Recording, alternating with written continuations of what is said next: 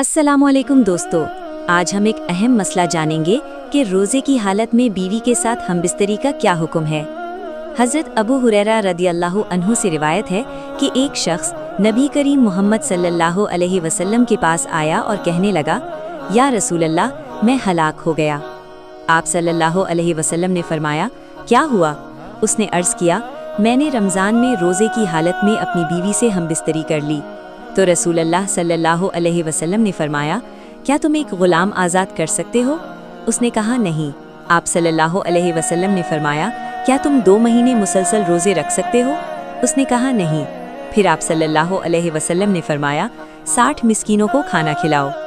ये हदीस सही बुखारी और सही मुस्लिम में मौजूद है। इस हदीस से मालूम हुआ कि रमज़ान में दिन के वक्त हमबिस्तरी करने से रोज़ा टूट जाता है और कफ़ारा लाजिम होता है। लेकिन इस्लाम में मियाँ बीवी का ताल्लुक जायज़ है, अलबत्ता रमज़ान में सिर्फ रात के वक्त यानी इफ्तार के बाद से फजर तक इजाज़त है। अल्लाह ताला कुरान में फरमाते हैं, रोज़ों की रातों में अपनी बीवियों के पास जाना तुम्हारे लिए हलाल कर दिया गया है। सूरतुल बकरा 187। इस्लामी आदाब ये हैं, हम बिस्तरी से पहले दुआ पढ़ें, नरमी और मोहब्बत के साथ पेश आएं, प्राइवेसी का ख्याल रखें, हैज़ के वक्त ताल्लुक ना करें।